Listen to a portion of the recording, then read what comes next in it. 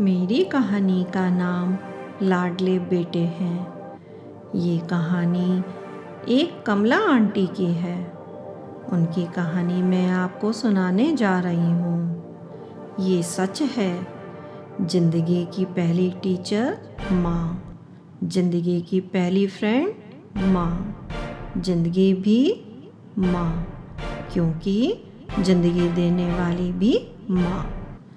शादी के बाद आंटी अंकल के साथ शहर में रहने लगी। आलीशान बंगला, नौकर चाकर, सभी कुछ था। अंकल रेलवे में नौकरी करते थे। नौकरी में अंकल इतने बिजी थे कि आंटी का ख्याल ही नहीं रख पाते थे। आंटी के 2 बेटे थे। बड़े का नाम कुलदीपक, छोटे का नाम नवीन। आंटी दोनों बेटों पर अपना ध्यान देने लगी। दोनों बहुत होशियार थे। उन्हें समझाती, टाइम से घर आना, रास्ते में कहीं ना रुकना, सारा टाइम पढ़ाई में देने के लिए वगैरह वगैरह समझाती रहती थी। दोनों बेटे आंटी को बहुत प्यार करते थे। स्कूल से घर आते तो पहला सवाल माँ किधर है, चाहे माँ से कोई काम ना हो। देखकर माँ का चेहरा दिल को सुकून और मन को ठंडक देता था। सच में माँ प्यार है, माँ हिम्मत है, माँ दोस्त है, माँ डॉक्टर है, माँ अलार्म है। धीरे धीरे दोनों बेटे बड़े होने लगे। उन दोनों में सोच विचार मिलना बंद हो गया। दोनों लड़ने झगड़ने लगे। आंटी दोनों को समझाती, लेकिन कुछ फर्क ही नहीं पड़ता था। कुलदीपक ने 12th क्लास में अपने शहर को टॉप करा। फिर क्या था, अंकल की खुशी की कोई सीमा नहीं थी। कुलदीपक का कॉलेज में एडमिशन हो गया। 2 साल बाद नवीन का भी दिल्ली में एडमिशन हो गया। कुलदीपक अपनी पढ़ाई करके लंदन में सेट हो गए। शादी होकर बच्चों के साथ वहीं रहने लगे। नवीन की भी रेलवे में नौकरी लग गई थी। नवीन आंटी को बहुत प्यार करता था। धीरे धीरे शादी के रिश्ते आने लगे। नवीन देखने में बहुत ही स्मार्ट और हैंडसम थे। अंकल की इच्छा थी बहू सुंदर आए, लेकिन भाग्य से लड़की भी सुंदर मिल गई। लड़की का नाम शीना था। शादी की तारीख 4 महीने बाद निकली। इसी बीच में नवीन को डिप्रेशन हो गया। नवीन के डिप्रेशन की वजह से आंटी बिल्कुल टूट गई। शादी के अरमान सब खत्म हो गए। खैर, किसी तरह शादी हुई। आंटी बीमारी की वजह से नवीन का और भी ध्यान रखने लगी थी। बीमारी की वजह से शीना से डरने लगी। शीना उसका फ़ायदा उठाने लगी। किसी का सम्मान आदर तो वह करती ही नहीं थी, बल्कि गालियां देने लगी थी। आंटी चुप सहती रहती थी। खैर, उनका घर सेट करवाने आंटी उनके साथ चली गई। वहाँ क्या, आंटी शीना से कुछ बोलती तो उनके मुंह पर थूक देती, लेकिन बेटे के प्यार में चुप रहती। कहीं नवीन को पता लग गया तो गुस्से में बीमारी ना बढ़ जाए। आंटी कुछ दिनों बाद अपने घर आ गई।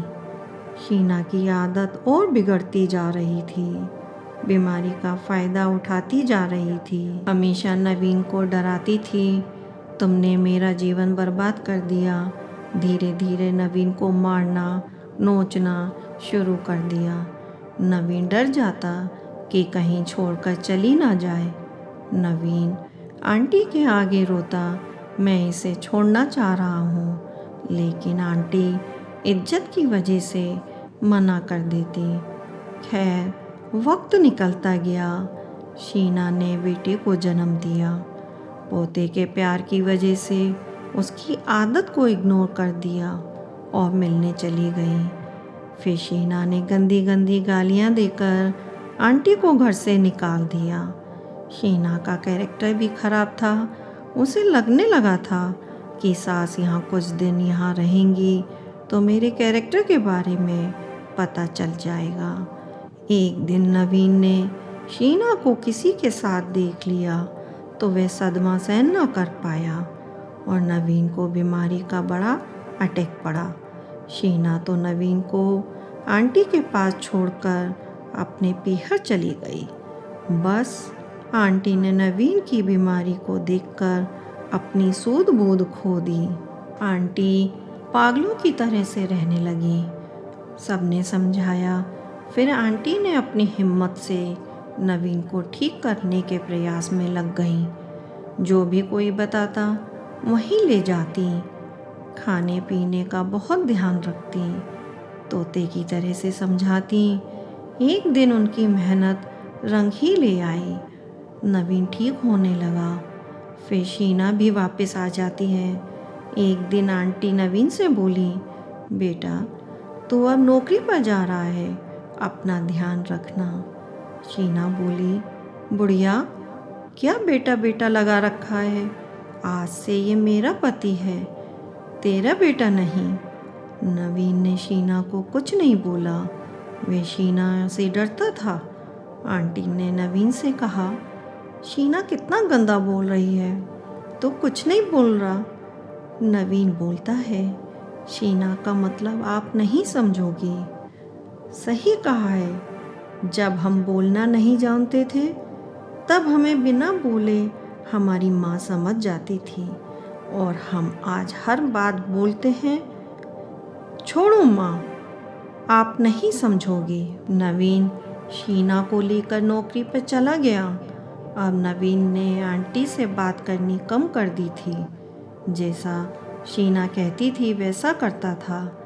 आंटी ने सोचा, चलो नवीन ठीक हो जाए, अपने परिवार को अच्छी तरह से चलाए, चाहे हमें ध्यान ना दे। सच में कहा है, जिस घर में माँ की कदर नहीं होती उस घर में बरकत नहीं होती। नवीन का ट्रांसफ़र आंटी के शहर में हो गया। प्यार में अंकल आकर बोले, नवीन के अकेले शिफ्ट करना बस की नहीं है, मैं शिफ्ट कराने जा रहा हूँ। सही कहा है, दुनिया में केवल पिता ही एक ऐसा इंसान है जो चाहता है कि मेरे बच्चे मुझसे भी ज़्यादा कामयाब हो। ये लोग आंटी के घर ऊपर रहने लगे। आंटी की खुशी की सीमा नहीं थी। वह नवीन का काम सब अंकल से कराती थी।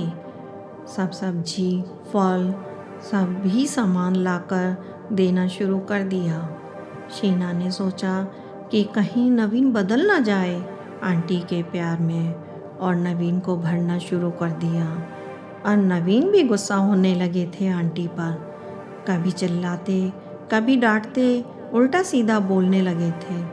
सच में कहा है, उस इंसान से दोस्ती मत करो जो अपने माँ से ऊंची आवाज़ में बात करता है, क्योंकि अपनी माँ की इज्जत नहीं कर सकता वो आपकी इज्जत कभी नहीं करेगा। अब उनको अपना बेटा पराया लगने लगा था। उनके तानों से आंटी को घुटन महसूस होने लगी थी। एक दिन शीना नीचे आई और आंटी को मारना शुरू कर दिया और पुलिस में झूठी रिपोर्ट लिखा दी। मेरी सास ससुर मुझे मार रहे हैं। पुलिस की गाड़ी आती है और अंकल आंटी को पकड़ के ले जाती है। वहाँ थाने में नवीन, शीना और शीना के भाई पहुँचते हैं। पुलिस पैसों में बिक गई थी। वहाँ शीना के भाई आंटी को मारते हैं, लेकिन नवीन कुछ नहीं बोला। सही में कहा है, जब कोई कमी नहीं रखी माँ ने बच्चों को पालने में, फिर क्यों कसर रखी बच्चों ने बूढ़ी माँ को संभालने में। अंकल के दोस्त थाने में पहुंचकर छुड़ा कर लाते हैं, लेकिन अंकल आंटी को काफ़ी सदमा लगा। 1 साल घर से ही नहीं निकले। धीरे धीरे आंटी सब बातों को भुलाने लगी। नवीन शीना को लेकर अलग रहने लगा। जब गया तो बोल कर गया, हम तुम्हारे मरने में भी नहीं आएंगे। खैर, आंटी ने अपने दोनों बेटे बहुत लाड़ प्यार से पाले, लेकिन दोनों ने ही माँ बाप को छोड़ दिया। सच में कहा है, मत करना नज़रअंदाज माँ बाप की तकलीफ़ों को, जब ये बिछड़ जाते हैं तो रेशम के तकिए पर भी नींद नहीं आती। मेरा तो यही कहना है, बच्चों को बचपन से ज़्यादा लाड प्यार से नहीं पालना चाहिए। उनसे काम करवाना और इनके कंधों पर जिम्मेदारी का बोझ डालना चाहिए। आप सभी ये कहानी सुनकर सब्सक्राइब, लाइक और शेयर करना ना भूलें।